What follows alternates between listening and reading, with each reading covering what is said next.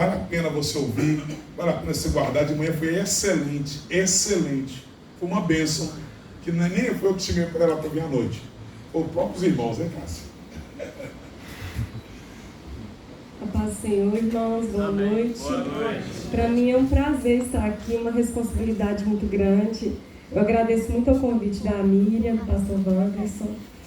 E eu quero contribuir com vocês, né? Eu estou aqui para servir vocês com um pouco do que eu já estudei, do que eu vivo no meu cotidiano, né? O seminário Resgatando uma Nova Geração para a Glória de Deus. Esse sonho surgiu no coração da Miriam, da missionária Miriam, porque ela tem esse carinho incrível com crianças, né? Já está no ministério há muitos anos, tem uma experiência maravilhosa, tem situações onde ela aconselha os pais, né? De coisas que ela vê nas crianças, na escolinha. E como eu disse de manhã, eu tenho um filho, eu tive meu filho com 16 anos, e eu não conhecia Jesus naquela época, e eu fui mãe solteira. Eu estive com o pai dele há algum tempo, e depois não deu certo, e eu fiquei muito preocupada em como que eu ia criar ele, ser mãe e pai, né? E a igreja, gente, foi uma bênção na minha vida. Jesus mudou a minha história, e principalmente com meu filho, né? Porque durante todo o ensino, a primeira infância dele, ele era chamado de caladinho porque meu filho não falava, ele não se expressava. Claro, ele falava, mas ele não se expressava de forma emocionalmente falando. E aí eu comecei a frequentar a igreja, né? E na igreja tinha trabalhos como dança, como o louvor. Ele também participou do louvor. Ele foi autodidata em violão, em baixo, bateria também, né? Hoje ele tem 23 anos, vai fazer 24 anos agora no mês que vem. Infelizmente ele não está na igreja nesse momento, mas a gente continua em oração para que ele volte. Mas é uma pessoa incrível, é um filho maravilhoso, responsável, e eu tenho no meu coração que eu consegui o meu objetivo, né? Porque eu tinha Deus na minha vida para poder me ajudar a cuidar dele. E você que está aqui hoje, que é mãe solteira, que não tem uma presença masculina, que a gente sabe que é extremamente importante, não desiste, não fique se achando pouco, porque você tem o que é mais importante. É Deus para te guiar, é o Espírito Santo para te mostrar o que fazer, né? E esse seminário, gente, é extremamente importante. Como é importante a gente falar da primeira infância, porque os nossos filhos estão sendo alvo, né? A gente está vendo que eles estão sendo bombardeados pelo inimigo. Eu tive a bênção de criar meu filho na era antes celular, né? Ele não teve muito acesso ao celular na infância. Mas a gente vai ver aos pouquinhos aqui na minha apresentação o mal que o celular está fazendo para a mente das crianças, tá? Então, o versículo-chave para essa apresentação é: vocês, porém, são geração eleita, sacerdócio real, nação santa. Está em 1 Pedro 2,9. Nós não somos melhores, nós não somos piores, mas nós somos diferentes, nós somos luz, né? A gente foi aceso não para ficar debaixo de uma mesa, mas para iluminar. A gente tem que chegar no ambiente e fazer diferença. Então, muitas vezes, o filho do crente, do servo de Deus, chega num lugar e está bagunçando, e está quebrando, né, tudo. Isso é chamar atenção de forma errônea, né? De forma de escandalizar as pessoas e falar assim: uai, mas ele é crente, porque nós somos apontados o tempo todo, né? Não tem jeito. Então, para quem não me conhece, meu nome é Cássia de Santos Moreira, eu sou proprietária do espaço Integrar Espaço Multi, né, onde a gente tem algumas terapias combinadas ali com vários profissionais maravilhosos. E a minha última graduação agora, eu sou formada pela PUC Minas em 2019 como fonoaudióloga, e a minha última pós-graduação está sendo no transtorno do espectro autista, que eu vou falar um pouquinho também aqui nos transtornos da infância. E atualmente eu trabalho no SEMAI, que é a fazendinha ali atrás do Caiçara, algumas pessoas conhecem. É o Centro Municipal de... Me ajuda, Elisete? Centro Municipal de atendimento educacional especializado. Então, a gente tem a equipe 1, que vai nas escolas, identifica crianças que estão necessitadas de atenção, né? E essas crianças chegam para a gente lá, a gente tem a equipe 2, que somos 2 fonoaudiólogas, 2 psicólogas e 2 professoras na sala de recurso. Essas crianças chegam para a gente com dificuldades de aprendizagem, com transtornos que têm que ser descobertos, né? Com sinais e sintomas de transtornos. Só que o mais importante, não somos nós quem laudamos, né? Quem lauda a criança no Brasil são a classe médica, né? Psiquiatras, neuropediatras e médicos e pediatras, tá? Então, hoje a gente tem no município também 2 psiquiatras infantis, uma psiquiatra e um psiquiatra, e um neurologista, que ele cuida de todas as idades. A gente está muito bem amparado por ser uma cidade muito pequena. A gente tem esses profissionais ao nosso dispor pelo SUS. Isso é maravilhoso, porque as outras cidades não têm isso, né? E neuropediatra, psiquiatra infantil, eles são muito caros, né? As consultas. Então, gente, eu vou falar sobre a primeira infância. A primeira infância compreende dos 72 meses da criança, ou seja, até os 6 anos, do 0 aos 6 anos de vida da criança, tá? Então, quando a gente pare a criança, o cérebro dela não está formado totalmente ainda. E aí começa, após parir, a gente tem que tomar cuidado também porque a gente... como que a gente trata essa criança? O que a gente está colocando na vida dela? Que eu vou falar um pouco sobre isso. São nos primeiros anos de vida que ocorre o amadurecimento do cérebro, né? A aquisição dos movimentos, o desenvolvimento da capacidade de aprendizagem da criança, além da iniciação social e também da afetiva. Iniciação social e afetiva é um dos pontos mais importantes que a criança tem nesse período. Então, gente, para todas as etapas da vida da criança, a gente tem os marcos do desenvolvimento dos marcos de desenvolvimento. Marcos de desenvolvimento são habilidades que as crianças adquirem durante o seu crescimento, durante o seu desenvolvimento, como o desenvolvimento psicomotor, a linguagem, o desenvolvimento cognitivo e também o desenvolvimento emocional. Até para o desenvolvimento emocional também tem marcos que a criança tem que alcançar. Então, são pontos de crescimento, tá? Eu trouxe aqui 2 modelos de marcos que é da minha área, da área da linguagem, tá? Tanto o marco de desenvolvimento da linguagem, quanto da audição. Então, aqui, ó, no da linguagem, a gente tem crianças de 1 a 3 meses. O que ele tem que fazer nesse período de 1 ano, de 1 mês até 3 meses, né? Ele tem que comunicar-se com o meio, basicamente por meio de variação e entonação do choro e dos sons emitidos, porque a mãe sabe, né? Ele está chorando agora porque a fralda está cheia, ele está chorando agora porque está com fome. Então, cada choro tem um significado, ele se comunica com o meio através do seu choro. Ele chora, emite alguns sons, dá gargalhada, sorri quando alguém fala de frente para ele. E aí, isso daqui é uma escadinha que vai passando os meses e ele vai se relacionando cada vez melhor com o meio, tá? Quando chega lá nos 5 anos, a fala está totalmente correta, com frases completas e todos os sons da língua brasileira, né? Da linguagem, da fonologia. Aqui eu tenho um quadro que mostra a aquisição de fonema. Fonema, gente, é a menor parte da palavra. Então, a gente tem aqui, com 2 anos, a criança tem que falar fonemas pb, td, que são bilabiais, tem pontos articulatórios distintos. Então, aqui, ó, com 2 anos, pb, td, kg, n, man e nhan. São palavras mamãe, tatu, dado. Essas palavras ele tem que falar corretamente, até 2 anos, tá?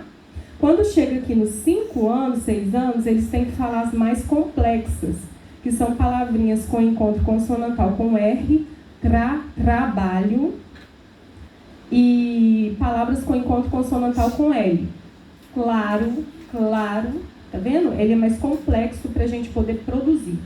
Então, se a criança tem atraso em alguma dessas fases, ela procura, o familiar procura atendimento fonoaudiológico para que essa criança venha desenvolver e estar dentro desse padrão aqui do marco do desenvolvimento, tá?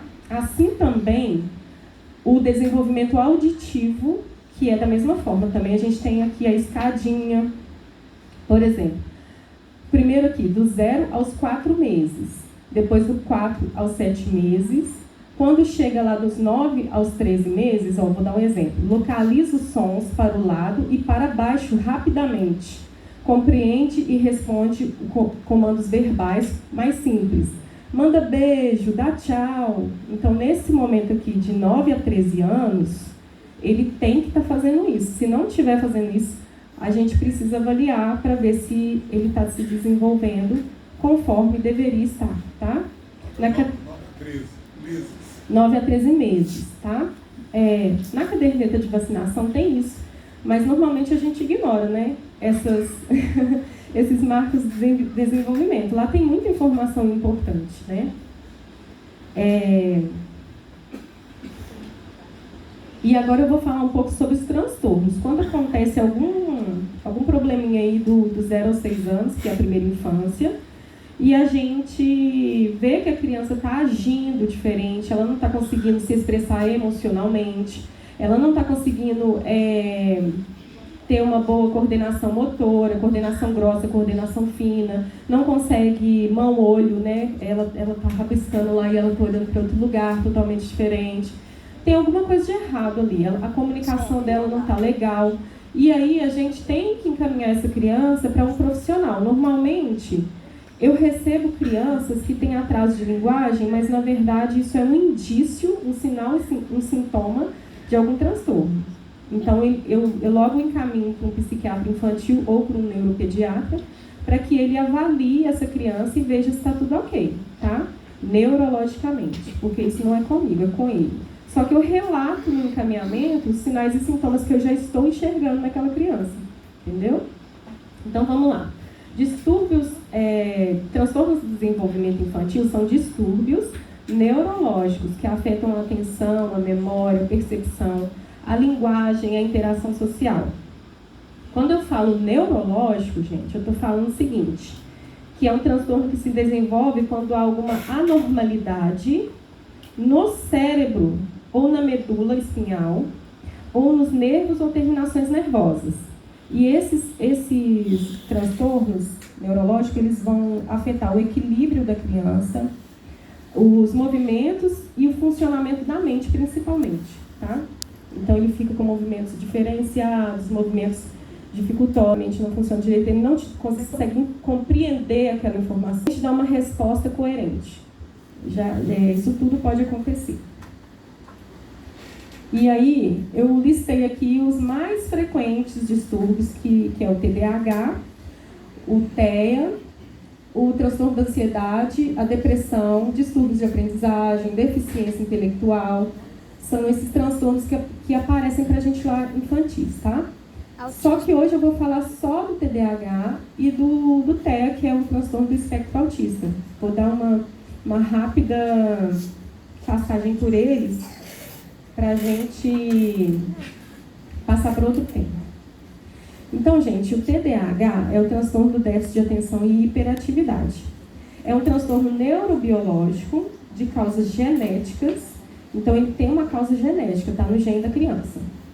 Caracterizado por sintomas como falta de atenção, inquietação e impulsividade. Aí eu tenho um desenho aqui, ó, de uma criança totalmente distraída. Está dando para vocês verem, ele está totalmente distraído, ele está na escola ou fazendo dever em casa, ele está prestando atenção no aviãozinho, a cabeça dele está viajando. Aqui ele está tentando fazer várias coisas ao mesmo tempo, ele não consegue, ele não tem uma acomodação sensorial, ele precisa de estar fazendo alguma coisa o tempo todo. Daqui da mesma forma, ele quer fazer tudo ao mesmo tempo, pegar brinquedo e mexer com tudo ao mesmo tempo. Esse transtorno, gente, ele aparece na infância e pode acompanhar o indivíduo o resto da vida, tá? Antes de eu passar para esse, eu vou falar para vocês um pouquinho do que a gente pode observar numa criança que pode ser que tenha... Pode falar. Esse negócio de TDAH aí, uma coisa que eu percebo muito nas crianças com TDAH é que, vamos supor, ela tá fazendo uma atividade assim, que a professora, tal, o especialista pediu para ela fazer. Ela tá fazendo, aí, sei lá, parece uma borboleta do lado, ela começa a ficar focada na borboleta. Exatamente. Olha só que interessante que ele falou. Ele diz que com as crianças que têm TDAH, ele percebe muito que a professora está passando uma atividade, aí passa uma borboleta do lado, a criança já foi com a atenção na borboleta. É assim mesmo, qualquer coisa tira a atenção da criança, tá? Então, olha só as características. Uma criança muito agitada, inquieta, ela movimenta-se pelo ambiente o tempo todo, ela mexe mãos e pés, mexe em vários objetos ao mesmo tempo, não consegue ficar quieta, sentada numa cadeira, por exemplo. Ela fala muito, ela tem dificuldade de permanecer atenta em atividades longas, atividades repetitivas ou que não lhe sejam interessantes, tá?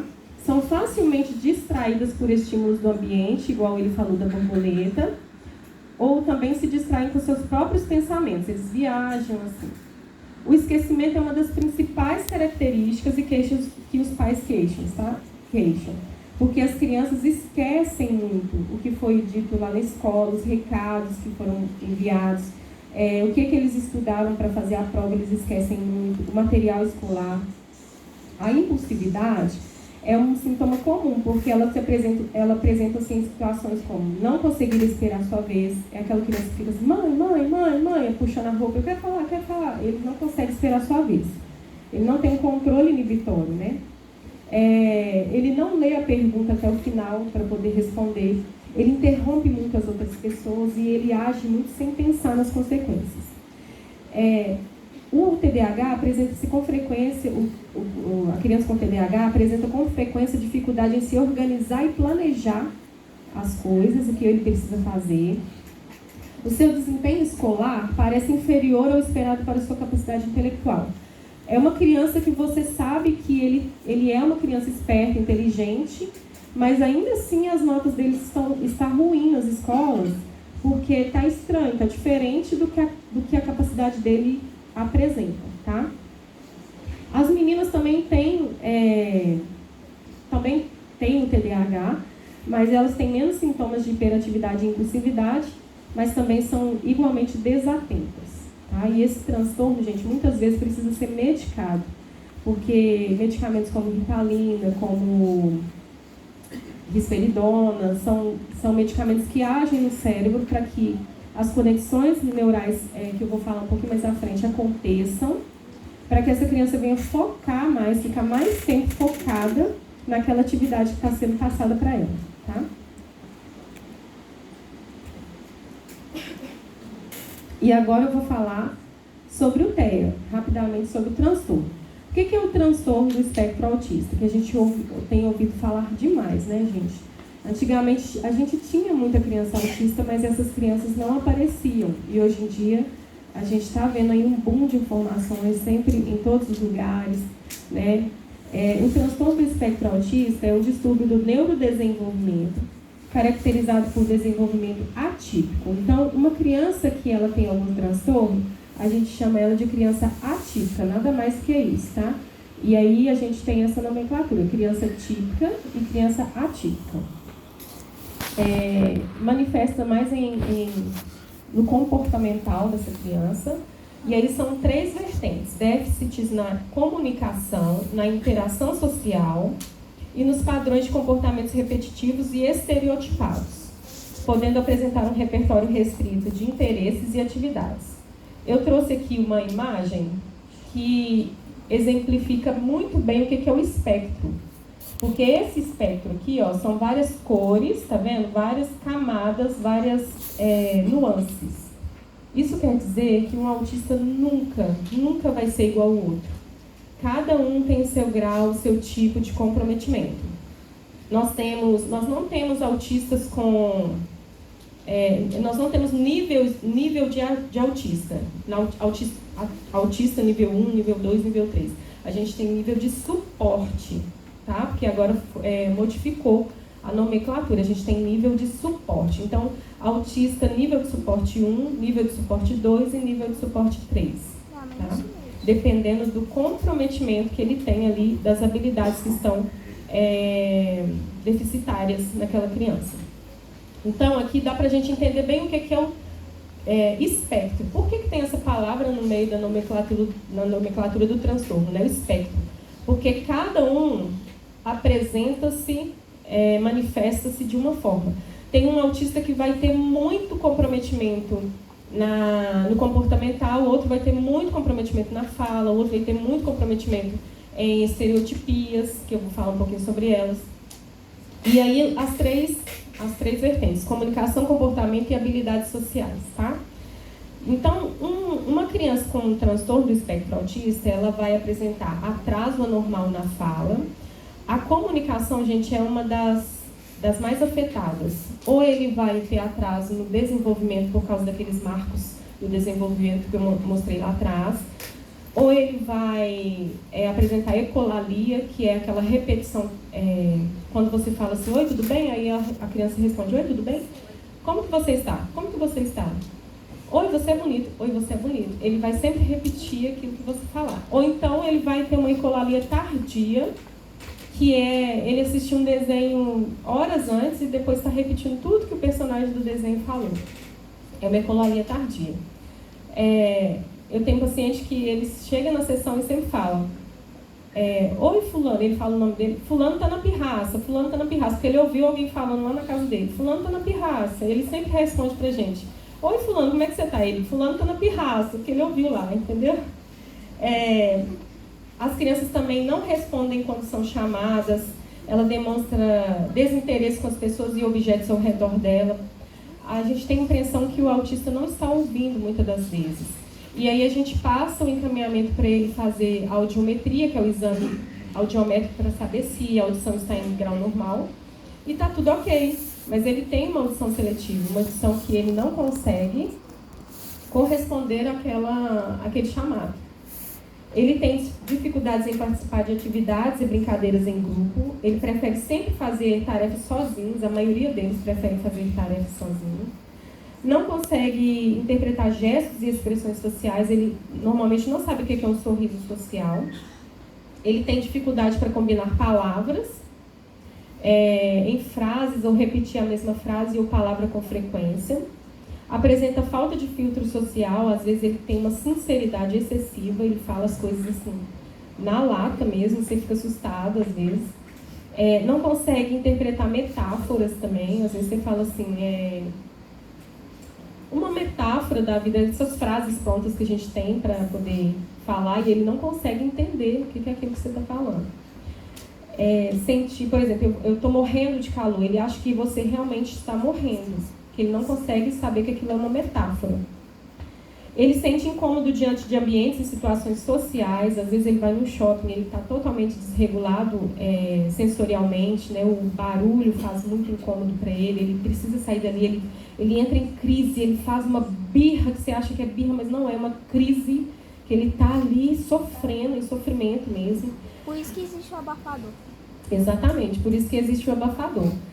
Muitos autistas usam o fone de ouvido abafador para poder abafar um pouco essa hipersensibilidade que eles têm auditiva, para ajudar um pouco, tá? Tem um menino da minha escola que ele é autista, que ele usa abafador. E quando você fala do nível de suporte, nível de suporte 3, ele é o mais pesado, porque a criança ela começa a ficar batendo nos outros.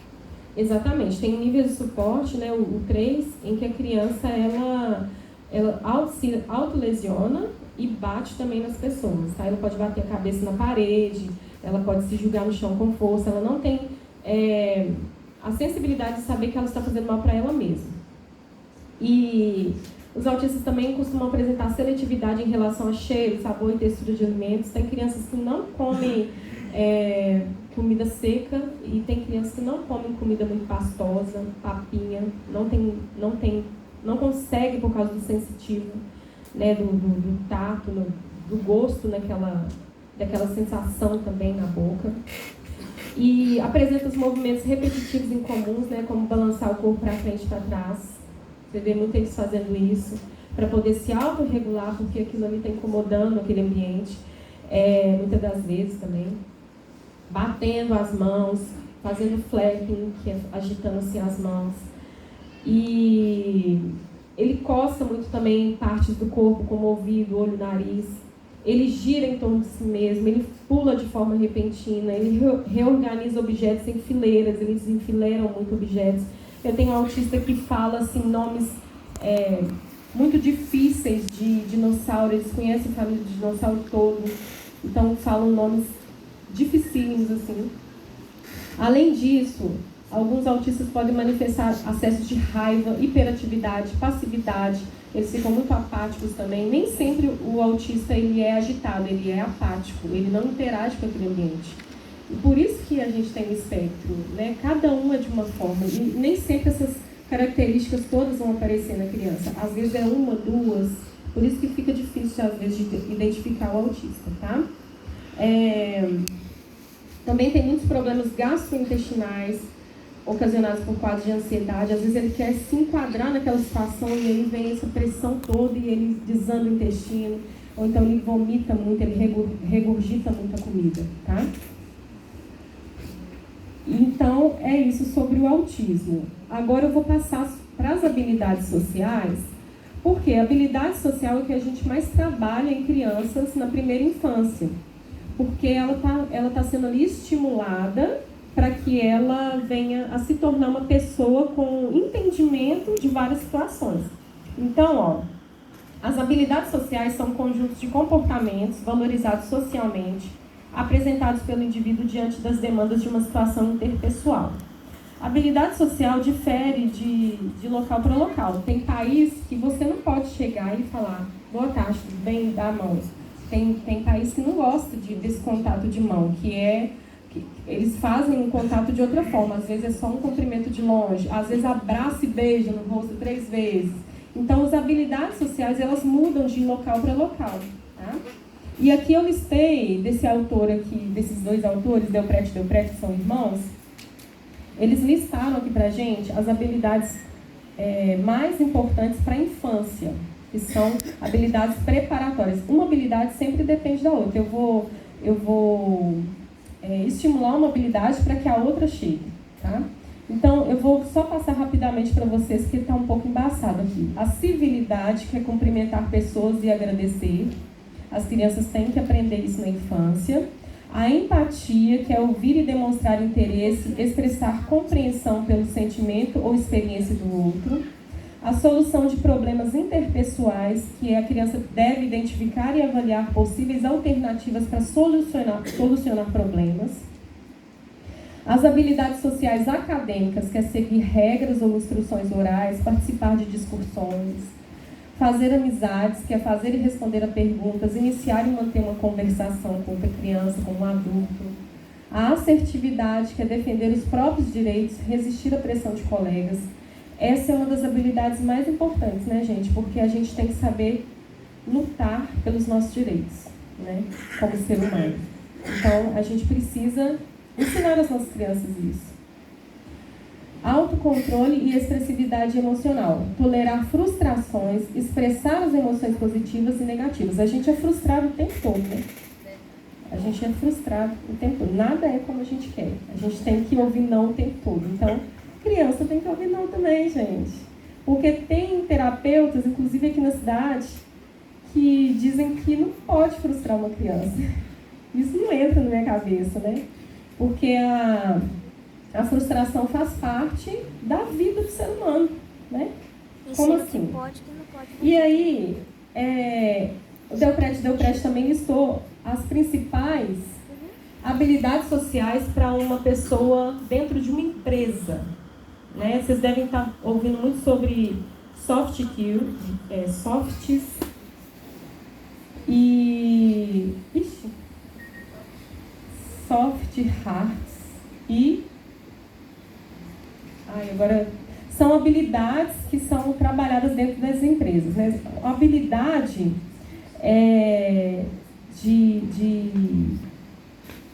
pedagógicas é como quando uma empresa te contrata por aquilo que você sabe fazer. hard skills e soft skills. Lembrei os termos. Então, as hard skills são habilidades que você sabe fazer. Uma empresa te contrata por aquilo que você sabe fazer. E as soft skills, enfim, as soft são habilidades que você demonstra com o relacionamento interpessoal. Essas habilidades, elas podem ser trabalhadas na infância. E você nasce com essa tendência a ser mais carinhoso, uma pessoa mais empática, né, que se coloca no lugar das pessoas.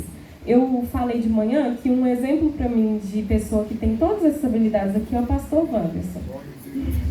Porque, olha só, ele é um bom comunicador, ele tem civilidade, faz e mantém amizades, ele tem empatia, se coloca no lugar dos outros, assertividade naquilo que faz, expressa solidariedade, maneja conflitos e problemas interpessoais, até demais, né, pastor?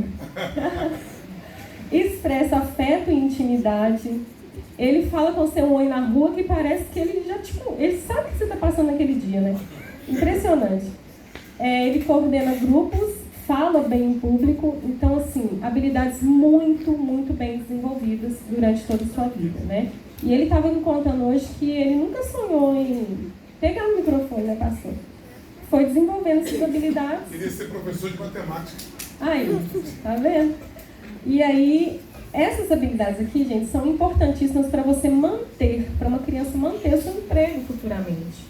Mas para isso tem que ser trabalhadas aquelas habilidades lá atrás, aquelas habilidades da infância. E olha só, eu trouxe um estudo aqui que nos mostra as novas habilidades como elas são adquiridas. Aqui os ratos criados em um ambiente pobre apresentam menor desenvolvimento de detritos do que os ratos criados em um ambiente melhorado. É um estudo de 2014. Detritos, gente, são essas ramificações aqui, ó, do neurônio. A gente tem células em várias partes do corpo, né, e essa célula aqui, o neurônio, ela é exclusiva do cérebro. E aí ela apresenta essas ramificações, que são os detritos. Quando o ambiente é melhorado, tem várias estimulações. Olha só, o ratinho pode subir dessa escada, ele pode andar pelo tubo, ele pode andar aqui na rodinha, pode brincar com a bola. Tem várias coisas para ele fazer. Os detritos, eles são maiores, eles são melhores, eles são mais estimulados, eles são melhores desenvolvidos. E aqui, o ambiente pobre, olha só como é que o neurônio também é pobre. E é por causa disso que eu trouxe esses 2 vídeos que vão passar agora, que mostra pra gente claramente como que esse neurônio se conecta ao outro neurônio. Isso é estimulando. A estimulação da fala, pelo menos, ela tem que ser repetida. Eu tenho que falar várias e várias vezes para a criança entender que está saindo um som da minha garganta, que tem uma forma oral de expressar aquela fala. Aqui, olha, o detrito está bem melhor, tá vendo? Está bem mais rico. E ele está buscando conexão com outro neurônio. Olha que interessante. Isso daqui, gente, acontece com a gente. Eu já vou falar desse daqui. Pode deixar passando. Quando a gente vai aprender uma nova língua, quando a gente vai aprender uma nova habilidade, eu vou ler um livro. Eu estou estimulando várias coisas da minha imaginação. Eu vou aprender uma nova língua. Eu estou estimulando esse neurônio a fazer novas conexões, a buscar novos caminhos. Agora, do contrário, a gente fica, por exemplo, a gente aprendeu a fazer uma coisa lá na infância, mas aí a gente não vai mais fazer isso. Por exemplo, andar de bicicleta. Eu nunca mais andei de bicicleta. A gente não esquece como que anda, mas aí vai perdendo essa habilidade vai ficando enfraquecida. O que aconteceu ali no finzinho do vídeo foi uma apoptose, que é a morte neuronal. Isso acontece o tempo todo, com todo mundo, criança, adulto, o tempo todo a gente está perdendo neurônio. Mas a apoptose, gente, é a morte neuronal quando a gente não tem estímulo desse neurônio. A necrose é a morte neuronal quando o neurônio está inflamado, tá? Então tem duas formas do neurônio, da célula, na verdade, morrer. Quando ela está inflamada ou quando ela está desestimulada, paradinha lá. Então, durante a vida da gente, quando a gente passa dos 50, né? Dos 50 para frente é só para baixo, né? Eu falo assim, e é verdade, porque a gente vai perdendo neurônio. Então a gente tem que estimular o cérebro, ginástica cerebral. Além da gente cuidar do nosso físico, a gente tem que cuidar daqui também. Fazer leitura de livros, gente, fazer quebra-cabeça, montar quebra-cabeça, fazer caça-palavras. Estou procurando essa palavra, obrigada. Então é isso, pode ir. Nossa. É muito linda essa imagem, né, dos neurônios se conectando, é maravilhoso, ó. E agora eu vou entrar num assunto que foi uma das coisas mais pedidas pela mídia, né, que é o uso abusivo do celular por criança, como que afeta o cérebro.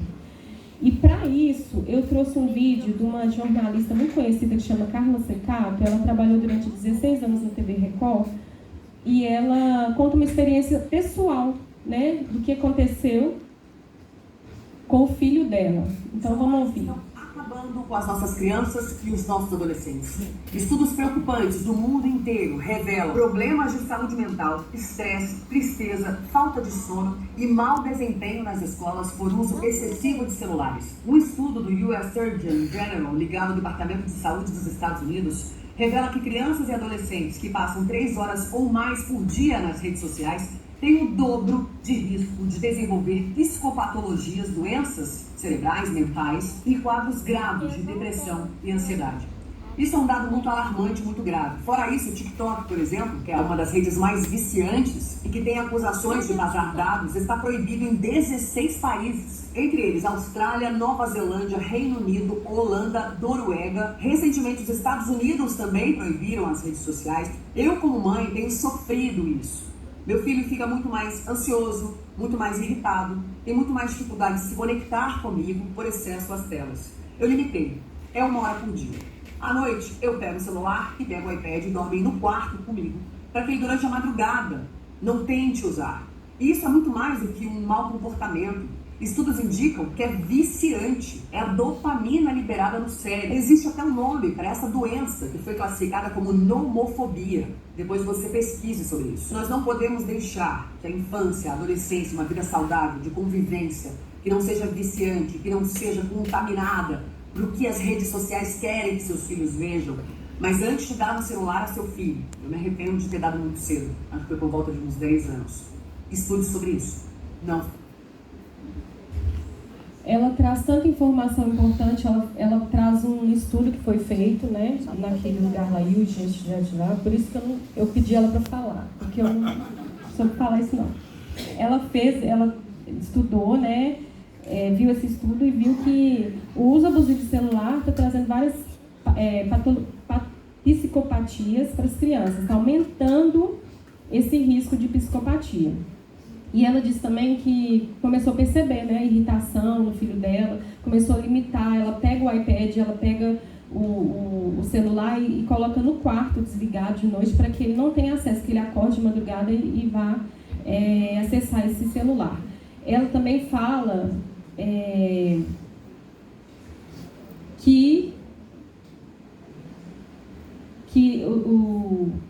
peraí, deixa eu recapitular. Ela traz vários... que ele libera dopamina, que o uso de celular libera dopamina no cérebro.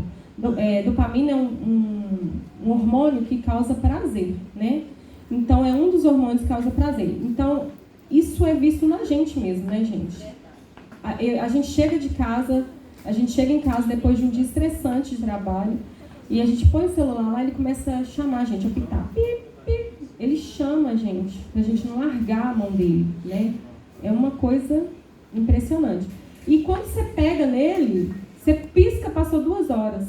Porque você está ali vendo rios à toa, né? E para criança, eu queria deixar isso bem claro também, que a gente acolhe muitas crianças lá, tanto no meu particular, na minha clínica, quanto no SEMAI. Essas crianças, elas vão para a sessão com 2, 3 horas assim, de acesso ao celular, e aí vai para a sessão para poder fazer, a gente acessa a fala da criança, acessa o emocional da criança, através da ludoterapia, que é brincar, que é o brincar com objetivo, tá? E aí, essa criança não sente graça de pegar um carrinho, de pegar uma boneca, de pegar um brinquedo, de montar.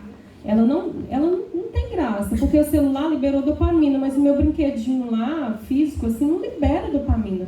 Eu tenho um grande problema com isso, porque ela está totalmente desinteressada com brinquedos comuns, porque o celular ali para ela é muito melhor.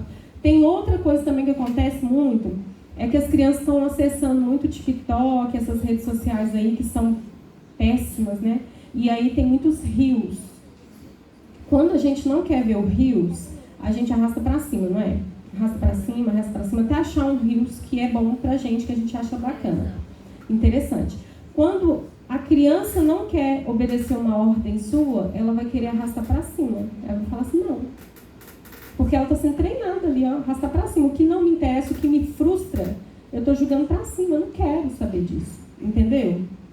Você está treinando a mente da sua criança a arrastar para cima e não querer a sua ordem. Fulano vai tomar banho, agora está na hora de você vir jantar. Ele vai falar, não, estou arrastando para cima a ordem da minha mãe e do meu pai. Entendeu?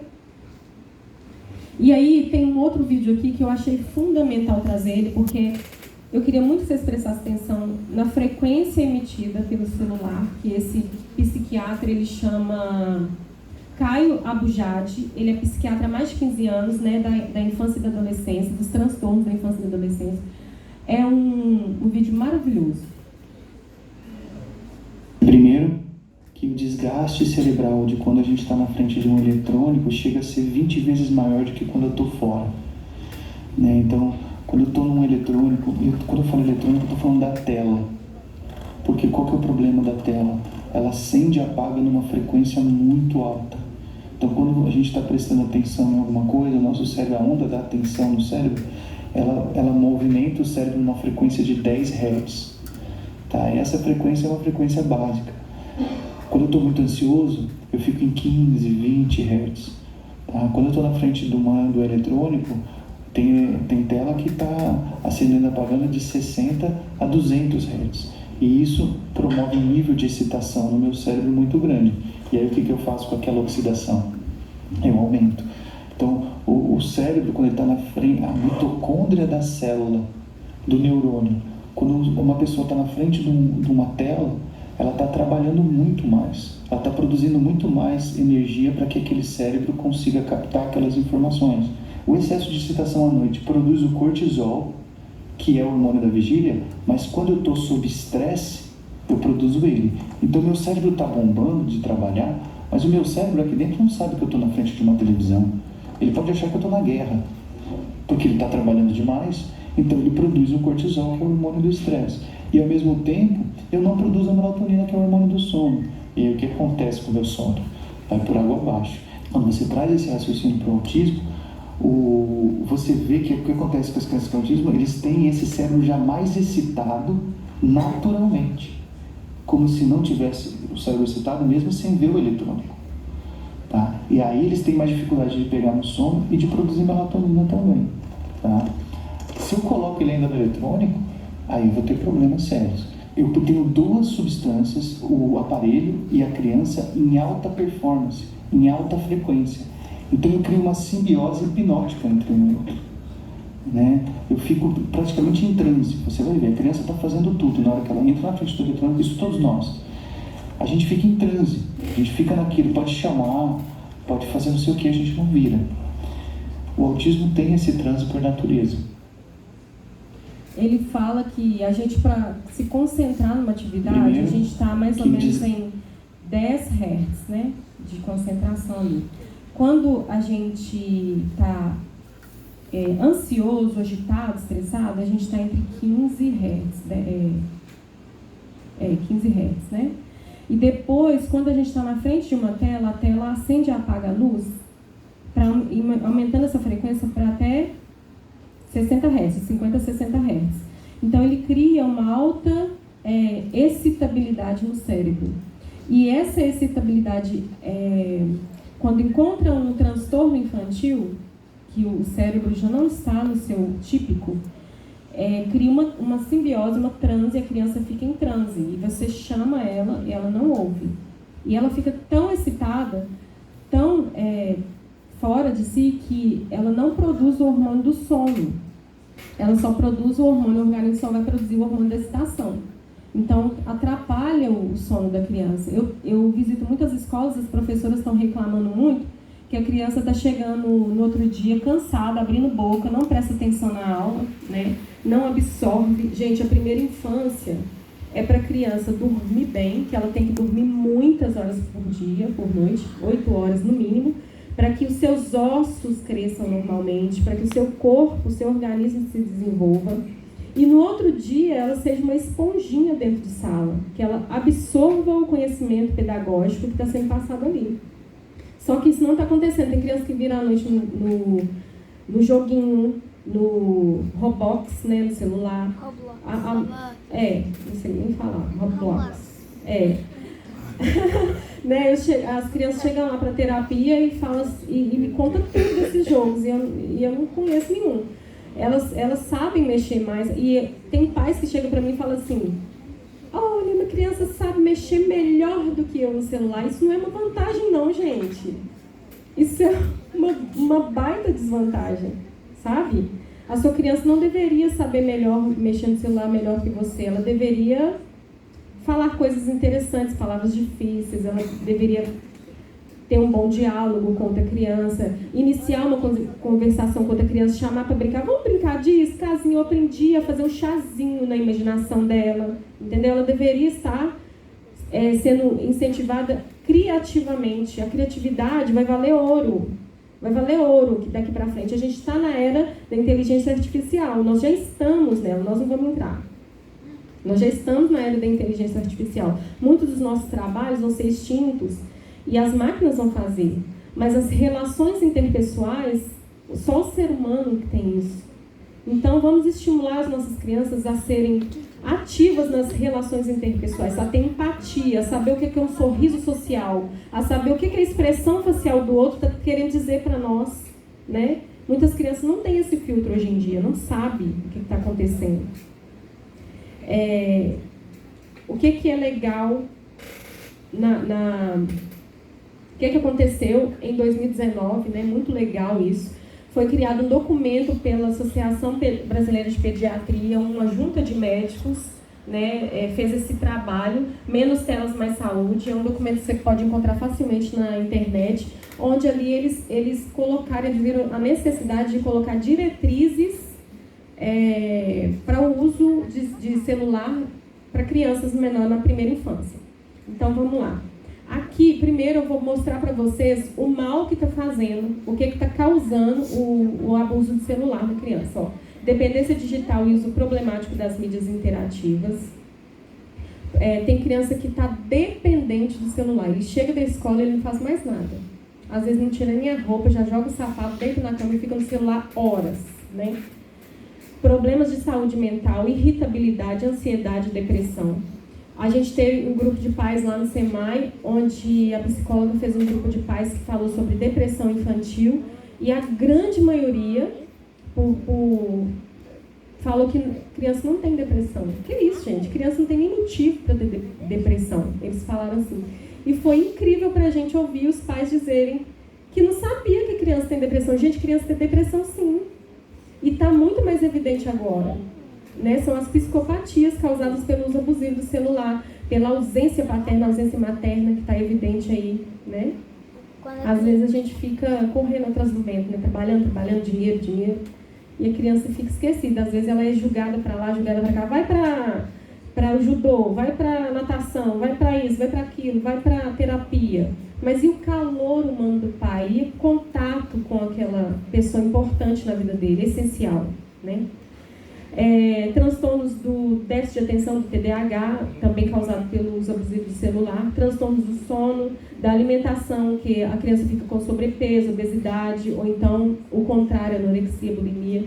Sedentarismo e falta de prática de exercícios, bullying e cyberbullying. Eu tenho uma criança que A mãe percebeu na praia que ela estava mordendo muito o lábio inferior. Há 3 anos atrás, agora que ela chegou para mim lá no SEMAI. E essa criança não tem coloração na parte de baixo da boca, porque ela estava participando de um desafio na internet de quem ficava mais tempo mordendo o lábio inferior. Em tempo de necrosar a região, já estava necrosando. Transtornos da imagem corporal e da autoestima, riscos da sexualidade, nudez e estupro virtual, comportamentos autolesivos, indução a risco de suicídio, tem muitas brincadeiras, né, rolando por aí na internet, aumento da violência, abusos e fatalidades, problemas visuais, miopia, tá demais também, a síndrome visual do computador, problemas auditivos e perda auditiva induzida por ruído, porque ouve o celular muito alto, usa muito também o fone de ouvido, transtornos posturais e músculos esqueléticos, né? Eu contei de manhã que eu tenho um bico de papagaio aqui na cervical. Isso é inédito, né? Porque bico de papagaio a gente vê mais no meio da coluna aqui, mais no lombar. E em mim deu, de tanto eu ficar estudando assim, que eu passei 4 anos muito compenetrada, e no celular também. E aí a vértebra cervical aqui do pescoço criou um bico, sabe? E eu sinto muita dor às vezes no pescoço por causa disso. E às vezes a gente fica muito no celular, assim, a gente está carregando 4 quilos. É como se tivesse amarrado uma pedra no pescoço da gente, 4 quilos assim, ó. A gente está forçando muito isso daqui, ó. Está criando um ovo aqui atrás na gente. Esses são os problemas posturais e músculos esqueléticos. E uso de nicotina, vaping, bebida alcoólica, maconha, anabolizantes, outras drogas também, está sendo acentuado pelo uso do celular. Aqui, cada sintoma desses aqui, ó, principais problemas médicos e alertas de saúde de crianças e adolescentes na era digital da Sociedade Brasileira de Pediatria. Aí cada sintoma tem um númerozinho aqui embaixo, aqui do lado, 2 numerozinhos, um tem 1 e os outros tem 2, que são estudos que já foram realizados e comprovados, todos esses sintomas, tá? Esse daqui tem estudo e já foi comprovado. Então, esse documento, gente, traz informações importantíssimas sobre a exposição. Aqui ele diz que para evitar totalmente a exposição de crianças menores de 2 anos às telas. O que a gente mais vê é bebezinho assistindo Galinha Pintadinha, né, gente? E Galinha Pintadinha, esses videozinhos, eles não estimulam nada. A criança recebe pronto. Ela recebe aquela informação pronto. Isso não é bom. Isso não é adequado, isso não é ideal. Até o documento está dizendo aqui. Então evita, se você vai ser mãe, se você vai ser pai, não dá celular. Celular não é babá. Celular só está fazendo muito mal para a formação cerebral.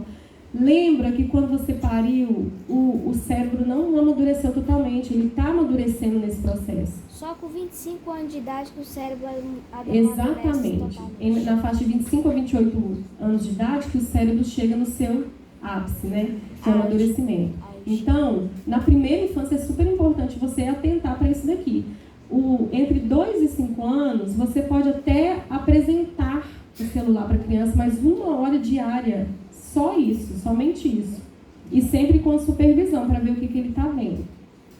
Entre 6 e 10 anos, limitar o tempo de telas para 1 ou 2 horas por dia. E entre 11 e 18 anos, 2 ou 3 horas por dia. Tá? Eu sei que é muito difícil, porque tem criança minha lá com 5 anos que fala assim: tia, ganhei um celular do meu pai. Ganhei de presente celular. Aí você fala assim: o que você quer de presente no aniversário? O aniversário está chegando, o que você quer? Eu quero um celular. É isso que eles querem hoje em dia de presente, né? E aí, para todas as idades, né? Não permitir exposição a telas durante as refeições e nem de 1 a 2 horas antes de dormir. Lembra do hormônio do sono, né? O cortisol, o hormônio que acalma, o hormônio que vai fazer aquela criança entrar no sono REM, que é o sono de descanso, tá? Oferecer alternativas ao uso das telas com supervisão, como esportes, exercício ao ar livre, contato direto com a natureza. A gente está numa região maravilhosa, riquíssima de natureza, né? Onde você pode levar seu filho para uma cachoeira, fazer um piquenique. Se você levar um bolinho refrigerante, um sucozinho natural, ficar naquela cachoeira ali, gente, contato com a natureza. É a melhor coisa. Pôr o pé no chão, na terra, para descarregar as energias. A gente fica muito tempo calçado, né? Pôr o pé na água gelada da cachoeira. Aquilo ali vai mudar a sua vida, vai mudar a vida do seu filho e vai, o mais importante de tudo, criar memórias afetivas. Você, como pai, como mãe, você tem uma responsabilidade que foi outorgada por Deus para a sua vida. Foi entregue para você. O pastor Wanderson vai dar conta das nossas almas. De todos nós. Nós viemos aqui aceitando Jesus e um dia Jesus vai falar com ele assim: você vai ter que dar conta da vida da Cássia. Só que eu vou ter que dar conta da vida de Nicolas, meu filho. E você vai ter que dar conta do seu filho. Você tem que dar conta. Você fez direito, você cuidou direitinho do meu presente que eu te dei?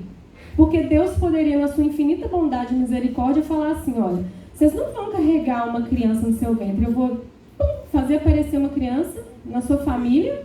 Você não tem responsabilidade nenhuma com ela, eu que estou cuidando. Só que ele falou assim: ó, vocês vão ensinar para essa criança o conceito de pai. Porque eu sou pai da humanidade. Ele quer que a gente aprenda o conceito de pai. Que essa criança, ela tem que ver que ela tem um pai amoroso, um pai presente. Porque Deus é amoroso e é presente na nossa vida.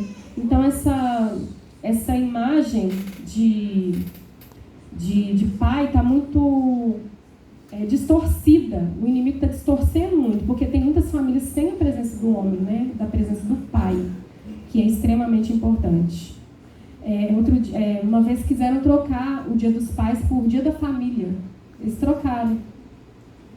A gente ia fazer uma comemoração, Dia dos Pais, mas não podia, porque tem muita criança que não tem pai. Então tem que ser Dia da Família para ficar mais democrático. Né? A gente está perdendo isso, gente, infelizmente. Eu trouxe aqui 2 versículos que diz o seguinte: Efésios 6:4 está dizendo: e vós pais, não provoqueis a ira aos vossos filhos, mas criai-os na disciplina e admoestação do Senhor. E no Provérbios 13:24 está dizendo: quem se nega a castigar o seu filho não o ama. Não o ama. Quem o ama não hesita em disciplinar. Então, assim, criança tem que ter disciplina, tem que ouvir não, tem que ter regra, tem que ter frustração, sim. Porque ele tem que aprender que a vida não é tudo, não é sempre sim, não. Ele não tem que ter tudo que ele quer. A gente não tem. A gente é frustrado o tempo todo. Ele tem que ser criado para a vida, né? E aí, ó, gente, o propósito da disciplina é para ajudar as crianças a atingir a maturidade. Você tem que ajudar seu filho a atingir a maturidade. Essa é a sua responsabilidade. E eu trouxe também algumas sugestões, porque como que a gente tira as crianças da tela? Gente, a gente tem muita opção na cidade. Aqui é uma cidade tão rica em opção, que eu vim de uma cidade que a gente não tem quase nada para criança. Tudo que tem lá tem que pagar, né? Natação tem que pagar. Meu filho fez natação até 9 anos. Eu tive que pagar porque foi maravilhoso. Hoje ele nada, é igual um profissional. Mas, enfim, a gente tem sempre que pagar. Mas aqui a gente tem muito projeto social que oferta muita atividade para a primeira infância. Você pode olhar na Ascovila, eu trouxe alguns exemplos, tá, gente? E você tem que filtrar de acordo com aquilo que você acha que é melhor para sua criança. A Ascovila apresenta vários tipos de aula. O tênis agora do Bruno está com vagas abertas gratuitas, que é muito interessante. Isso antes era só pago, ele conseguiu patrocínio. Imagina seu filho aprendendo tênis, que coisa chique. É muito legal para trabalhar várias questões motoras, várias questões atencionais. Ele vai desenvolvendo psicologicamente, mentalmente. A Secretaria de Esporte, gente, liga na secretaria, nesse telefone, e eles vão te informar todos os projetos que estão ativos, que tem vagas, né? Aqui, ó, futebol, bom de escola, bom de bola, o handball, futsal, muay thai. Teve uma pesquisa recente que estava falando os benefícios do muay thai para a criança. Ele aprende muitas coisas bacanas assim, em relação a obedecer comandos, a controles inibitórios. É muito bom. Tem a Casa da Cultura, que eu não sei se está funcionando nesse momento, mas eu também trouxe ela aqui como exemplo. O Ceform, a ABB, lá no Córrego Pereira, e tem muito mais. Só que nesse momento eu trouxe só esses, para vocês terem consciência de que tem muita coisa para ser feita.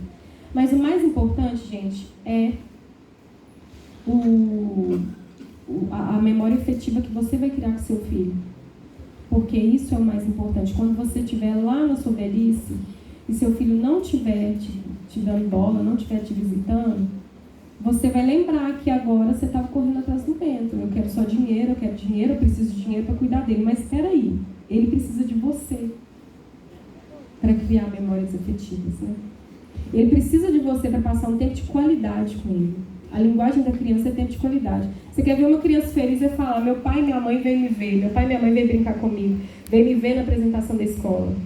Né? Vocês que são professores, vocês sabem como que eles ficam alegres quando os pais aparecem lá, tem a presença masculina, né? É importantíssimo. E aí eu trouxe esse versículo que está lá em Tito 2,7, que diz assim: você mesmo deve ser em tudo um exemplo de boa conduta, seja sincero e sério quando estiver ensinando. É Paulo que estava falando para um irmão dele que estava em Creta, na cidade de Creta. E aí ele fala que o cristão tem que ser exemplo, né? Quando você chega em casa, você não pode simplesmente exigir do seu filho que largue o celular se você não largar, né? Aquele momento familiar ali é extremamente importante, de você passar com a sua família, de você dar atenção tanto para sua esposa quanto para os seus filhos. Não é fácil, mas muitas vezes os pais levam o trabalho para casa. Não faça isso, gente. Vocês estão perdendo tempo de vida.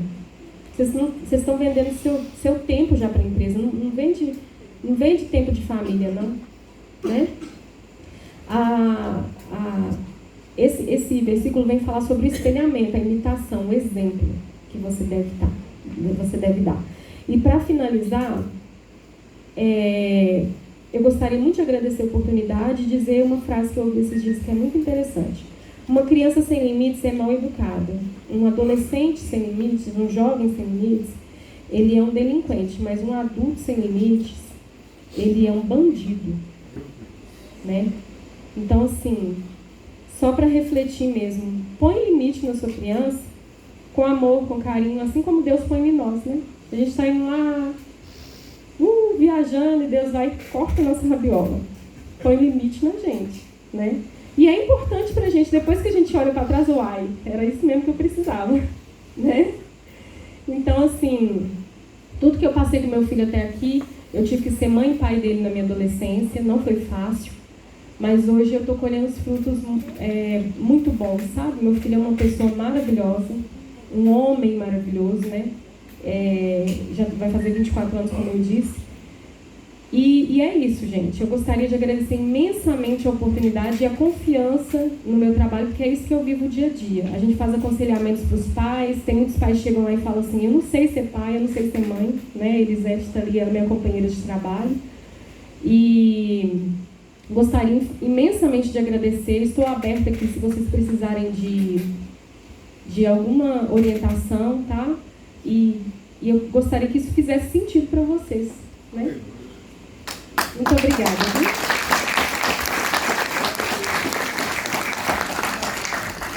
Glória a Deus. E hoje ela pegou minha voz ruim. Eu estou orando para Deus dar ela um peeling. É peeling que fala? Laser. Para cuidar da minha voz. Amém? Irmãos, foi uma palestra mais técnica, mas necessária para despertar a gente. Sim ou não? Sim. A gente muitas vezes está passando pela vida, eu vou dizer aqui não com um olhar negativo, mas para você pensar. O mercado que mais cresce em Conceição chama farmácia. Porque a gente acha que pode tratar qualquer doença com farmácia, com remédio. Não é. Você pensa que se você dá o remédio, seu filho vai ficar mais calmo. Você vai viciar. Você vai criar um filho dependente de uma droga.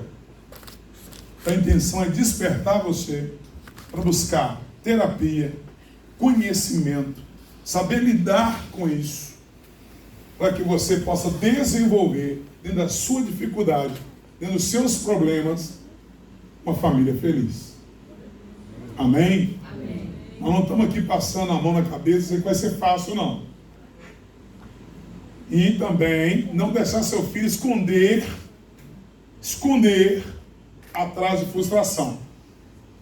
Porque o menino fica frustrado, aí o que acontece? Ele finge uma depressão para não trabalhar dentro de casa, para não ajudar você dentro de casa. Mas não é que o coleguinha liga para encontrar, passa, e está pronto para sair. Então você tem que, ficar antenado. É fácil? Não. Eu falo porque eu apanhei muito da minha mãe. Muito. Pensa o menino abençoado, sou eu. Pensa o menino que deu trabalho, sou eu. Pensa o menino brigão, sou eu. Pensa o menino sucesso, sou eu. Glória a Deus. Você está entendendo? Então assim, minha mãe cortou a gente no couro. Minha mãe colocava limite. Só que você não bate com a correia. Você não bate com o chinelo, você bate com a vara. A Bíblia é até pedagógica. Pega a vara e bate onde tem muita carne. Mas bate mesmo. Não hesita em bater. Porque vai saber que quem manda é você. Aí tem uma modinha hoje que não pode nem corrigir. Não pode nem bater. O menino cresce, eu vou chamar o conceito tutelar. Deixa eu chamar. É isso aí. Deixa eu chamar. Porque, irmãos, a nossa geração não pode se perder. A nossa geração tem que ter limite. Então a gente fica, ai, coitadinho, ele não tem o pai, ai, não tem a mãe, ai, coitadinho, ele nasceu prematuro, para. Não. Nós precisamos saber o que é ciência, saber o que é doença, saber o que é um transtorno, saber lidar com isso, mas não pode virar um motivo da criança não desenvolver e não obedecer. Amém, irmãos? Vou dar um conselho básico aqui. Sim, meu filho. Olha aqui, olha a Bíblia, é Bíblia. A vara é o quê? A vara e a repreensão dão o quê, irmãos? Sabedoria. A vara e a repreensão dão o quê? Sabedoria. Irmãos, eu sou pastor.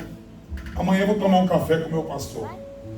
Amanhã eu vou visitar o Baiano está doente, está internado. Já tem mais de 20 dias que está internado. Vou visitar ele. O Baiano é o Adalto. Ele teve um câncer nos ossos, Deus curou, e agora ele está com um problema nos rins. Ele está internado há 20 dias. Então eu vou lá fazer uma visita para ele, tomar um café com o meu pastor. Então, meu pastor me repreende. Meu pastor me corrige. Nem tudo que eu quero fazer eu faço. Eu falo, não é isso. Não vai fazer dessa forma. Isso me dá o quê? A repreensão me dá a sabedoria. Então a gente precisa entender isso. Agora, coloca lá de novo, filho. A vara e a repreensão dão sabedoria, mas a criança entregue a si mesmo envergonha a... Aí fica aqueles meninos rebelde, chato, purgante, que ninguém quer. Então nós precisamos colocar limite. Nós precisamos de tempo de qualidade com nossos filhos. Amém, irmãos? Amém. Eu não cobro de você vir no meio de semana na igreja. Eu não fiz isso aqui, pastor chato. Você tem que vir, você tem que buscar Deus. Não. Eu falo com você, olha, se você cuidar da sua casa, você já está me ajudando. Aleluia. Se você for uma bênção dentro da sua casa, meio de semana é uma luta, uma guerra. Você é trabalhar, pagar. Eu falo, por isso que eu me preocupo de estar aqui na quarta-feira, porque quem vem num culto de quarta-feira é vencedor, irmãos. Não é fácil. Agora domingo não. Nós temos 2 reuniões. Para você vir, você pode vir trazer sua criança, ela vai ser ministrada e você está aqui cultuando. Agora, nós não podemos também deixar os nossos adolescentes desamparados. Porque muitas vezes estão lá em cima, mas aí à noite eles podem vir ao culto e você, não vou não. Mas seu filho pode estudar no Senai à noite. Adolescente. mas ele não pode vir aqui no cultuar. Então nós temos que ter um equilíbrio, amém, irmãos? Equilíbrio. Porque senão você prioriza uma coisa demais e deixa a outra. Então tudo que foi falado é para você saber lidar com essas crises, essas lutas, essas adversidades, não ficar escondendo atrás do remédio. Falo muito isso porque em 2020 eu tive que tomar remédio, eu tive que passar pelo psiquiatra, pelo psicólogo, e ó, eu fiquei tinindo. Então você não pode deixar de procurar ajuda, amém? Mas você não pode esconder atrás do remédio. Então 2020 foi um ano muito difícil para mim. É tanto que dia 18 de fevereiro, 19 de fevereiro de 2021, eu tive uma crise. Eu tive uma esofagite que eu achei que eu estava infartando. E eu tive que desacelerar e aprender. Tem gente que fica morrendo no serviço. Não morra. Não morra. Se você não está feliz, saia. É melhor você sobreviver num lugar abençoado do que morrer no trabalho. Eu falo porque eu sou professor, irmãos. E é difícil ver um professor aposentar com saúde. Aposenta e morre, porque trabalha escravo de 2 cargos para dar boa vida a filho. Estou falando da minha área, que eu posso falar. E eu falo, aí eles falam, professor, volta para a sala de aula. Não, estou feliz na igreja. Porque senão você fica olhando o dinheiro, você fica escravo. 2015, irmãos, eu estava com um salário de 5 mil e pouco. Eu estava dando aula em 2 escolas e trabalhando numa empresa. É um bom salário. E Deus falou assim, sai da escola. Depois sai da empresa. Eu morri? Não. Olha como é que eu estou bonito. Você está entendendo? Sabedoria é a arte de administrar sem perdas. Que Deus possa nos dar graça. Que Deus possa nos dar a capacidade de superar desafios. Estou orando para me conseguir trazer o psiquiatra que me atendeu, o doutor Cristiano. Ele é da igreja da Lagoinha. Eu quero ver se eu trago ele para estar conosco ou outubro ou dezembro. Ou novembro. No nome de Jesus. Marcos Ramos, vem cá, meu queridão. Marcos Ramos vai dar um testemunho. Ele está muito